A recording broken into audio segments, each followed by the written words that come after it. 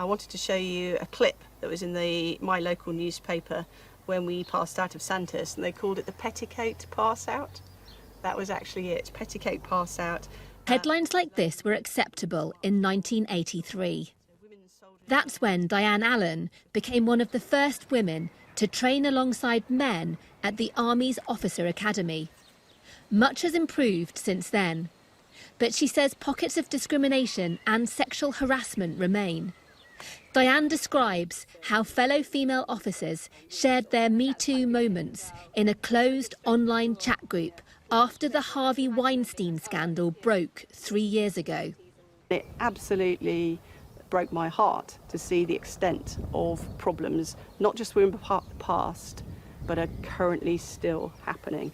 I would certainly love for the Army to have its Me Too moment and just acknowledge what happened and move on. Diane says sexist jibes were standard in the 1980s and 1990s. A keen sportswoman, she spent a week teaching male soldiers how to ski on a dry ski slope. They wanted her to come to the bar each night. She said no. Instead of going to the room which I'd been allocated all week, I just took my sleeping gear and went to the room opposite and found another room that was empty and went to sleep.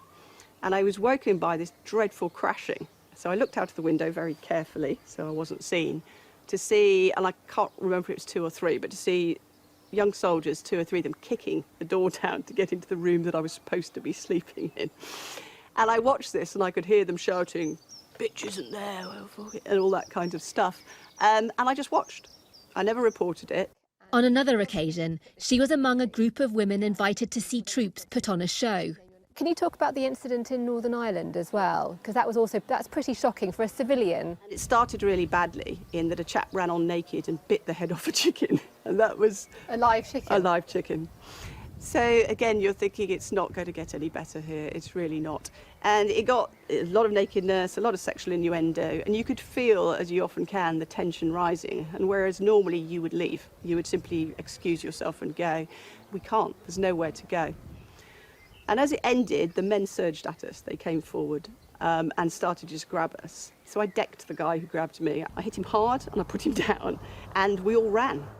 The Ministry of Defence said we take allegations of this nature very seriously and have robust measures in place to address any inappropriate behaviour. Sexual harassment isn't tolerated in the armed forces, and we urge anyone who's experienced such behaviour, whether serving or veteran, to come forward. Diane spent most of her 30-year career as a reservist intelligence officer, the highlight, an OBE from the Queen.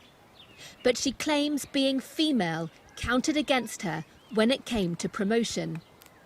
Diane's now resigned, but she's urging others who face discrimination to make contact. It's not the whole military that's the problem, it's the feral packs that we can't control and that we don't actually deal with those groups. So when it does go wrong, it can go very wrong.